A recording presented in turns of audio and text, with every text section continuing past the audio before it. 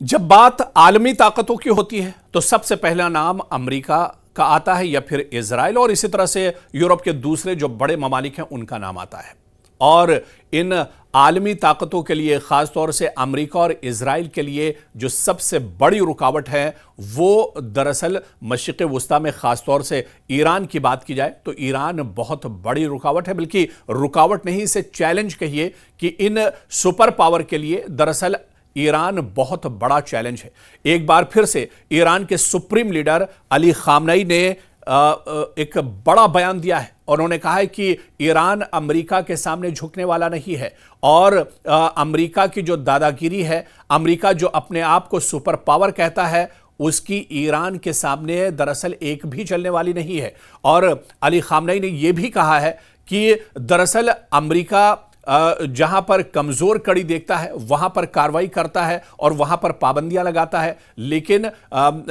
Iran के supreme leader Ali Khamenei ने एक बार फिर से साफ कर दिया है कि अगर पहले तो वो एटमी तवानाई पर काम नहीं कर रहा है, और अगर वो एटमी तवानाई पर काम करता भी है तो वो उसकी खुद की एक तरह से सुरक्षा और उसकी हिफाजत के लिए है। क्योंकि आप देखिए हालिया दिनों जो खित्ते की सूरत हाल है वो बहुत तेजी से बदल रही है। एक तरफ अमेरिका और इजराइल हमेशा से एक दूसरे के साथ रहे, बल्कि यह कहा जाए कि अमेरिका और इजराइल का एक दूसरे के बगैर वजूद ही नहीं है और एक दूसरे में हालात एक दूसरे के लिए दोनों कहीं ना कहीं अपना अपना मफाद एक तरह से देखते हैं। लेकिन दूसरी तरफ आप देखिए कि ईरान के रिश्ते चीन और रूस से पिछले कुछ दिनों में बहुत तेजी से बढ़े हैं और ईरान के वजीर खारजा ने चीन का भी दौरा किया हालिया दिनों, ईरान के वजीर खारजा ने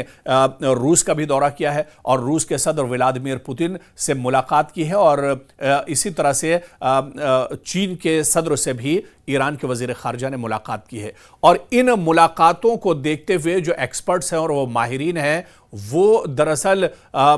इसे मुस्तकबिल में एक बड़े ग्रोहबंदी के तौर पर देखा जा रहा है कि आने वाले दिनों में जब अमेरिका एक तरफ होगा, यूरोप के कुछ ममालिक अमेरिका के साथ होंगे, लेकिन ईरान दूसरी तरफ मशरिक़ वुस्ता में इजराइल और अमेरिका के लिए बड़ा चैलेंज होगा, क्योंकि ईरान के पीछे चीन और रूस जैसी बड़ी ताकतें खड़ी होंगी। और जिस तरह से हालिया दिनों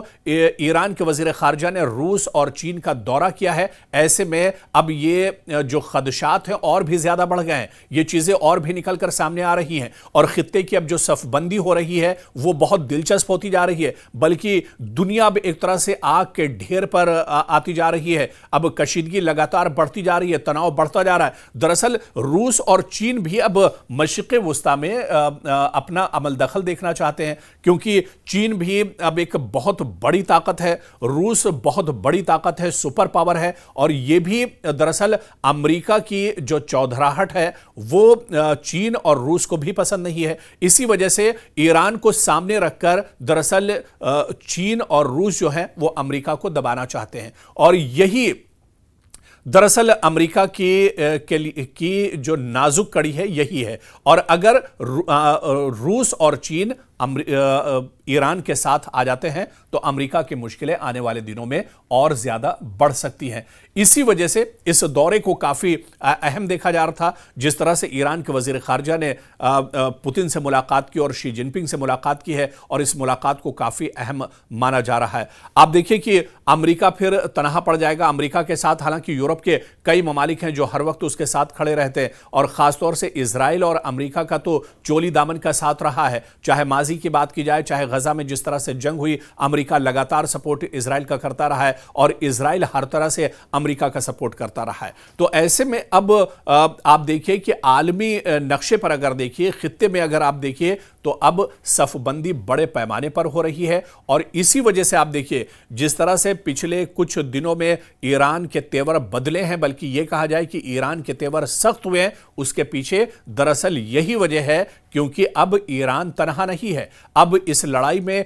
ईरान के पीछे दो बड़ी सुपर पावर, दुनिया की दो बड़ी ताकतें एक तरह से खड़ी हैं, और इसी वजह से अब ईरान दरअसल चढ़कर बोल रहा है। और इसी वजह से ईरान के सुप्रीम लीडर अली खामनेई का जो बयान आया, उन्होंने दो टूक अल्फाज में अमेरिका को चैलेंज किया है और यह कहा है कि अमेरिका के पीछे दरअसल ईरान चलने वाला नहीं है। ईरान अपनी खुद मुख्तारी के लिए, ईरान अपनी सिक्योरिटी के लिए, ईरान अपनी हिफाजत के लिए इस तरह के कदम उठा रहा है और इस तरह के कदम आइंदा भी ईरान उठाता रहेगा। आपको याद होगा कि मशरिक़ वुस्ता में 12 दिनों की इजराइल और अमेरिका के दरमियान जो जंग हुई थी, इस जंग के बाद खित्ते में ईरान का कद और बढ़ गया है, क्योंकि इजराइल यह समझता था कि वो ईरान को आसानी से दबा लेगा और इसी के चलते अचानक हमला इजराइल ने ईरान पर किया था। लेकिन इस हमले के बाद जो कुछ हुआ वो पूरी दुनिया ने देखा। पूरी दुनिया ने देखा कि किस तरह से इजराइल की पोल खोलकर ईरान ने रख दी थी। 12 दिनों के इस हमले में, 12 दिनों के इस जंग में इजराइल बुरी तरह से पछता हुआ था। इजराइल को चारों खाने ईरान ने चित कर दिया था और जो सच्चाई थी वो दरअसल दुनिया के सामने इजराइल की निकलकर सामने आ गई थी। इजराइल इतना ज्यादा पस्त हो गया था कि फौरन अमेरिका को मुदाखलत करनी पड़ी और अमेरिका ने फौरन जंगबंदी ईरान और इजराइल के दरमियान कराई थी, क्योंकि एक तरह से इस जंग में इजराइल पिछड़ता हुआ जा रहा था। इजराइल का जो दुनिया का सबसे मजबूत एयर डिफेंस सिस्टम माना जा रहा था, वो एयर डिफेंस सिस्टम भी नाकारा हो गया था और ईरान के हमलों को नहीं रोक पा रहा था। जितने भी शहर इजराइल के अंदर थे, बड़े शहर या तिजारती इदारे या फिर सिक्योरिटी के जो टारगेट्स थे, उन सब को ईरान ने निशाना बनाया था। बड़े पैमाने पर जानी और माली नुकसान इजराइल को उठाना पड़ा था। हालांकि इजराइल दुनिया के सामने चीजों को छुपाता रहा, लेकिन जो दावा ईरान की तरफ से किया गया और जो दावा अभी भी ईरान की तरफ से किया जा रहा है वो यही है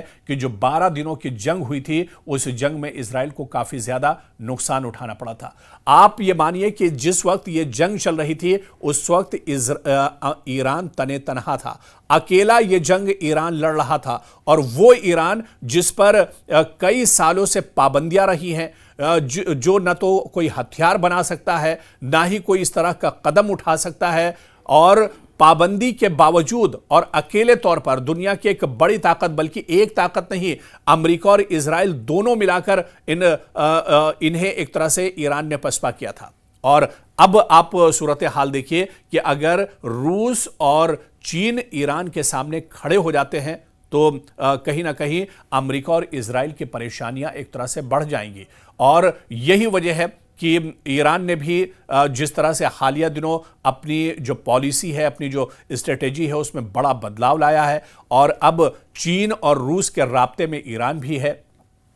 और जिस वक्त ये जंग चल रही थी, हालांकि उस वक्त भी चीन ने खामोशी के साथ एक तरह से सपोर्ट किया था ईरान का, और रशिया भी कहीं ना कहीं ईरान के सपोर्ट में उस वक्त भी खड़ा था, क्योंकि रूस पहले से ही एक तरह से जंग की हालत में है। और मौजूदा जो हालात हैं वो भी आप देखिए कि अमेरिका और रूस के दरमियान कशीदगी बढ़ गई है। दरअसल डोनाल्ड ट्रंप ये चाहते हैं कि उनकी चौधराहट बाकी रहे और अमेरिका जो है वो जहां जहां जंग हो रही है वहां पर हालात को सही करे। लेकिन आप देखिए कि जिस तरह से रशिया जंग की हालत में है और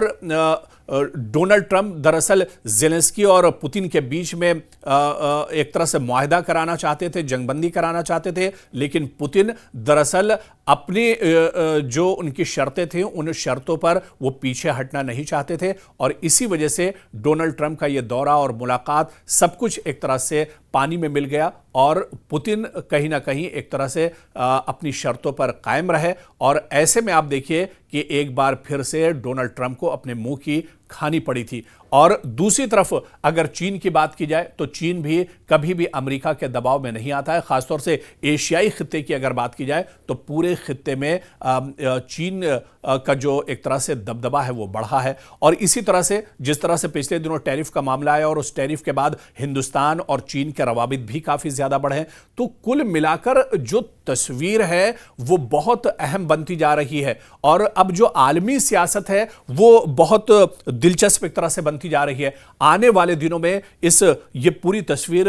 किस तरह से उभर कर सामने आएगी? क्या ईरान और ज्यादा मजबूत होगा? क्या ईरान के साथ रूस और चीन एक तरह से खुलकर सामने आ जाएंगे? और ऐसे में इजराइल और अमेरिका की परेशानियां बढ़ेंगी खित्ते में, यह देखना भी बहुत अहम होगा।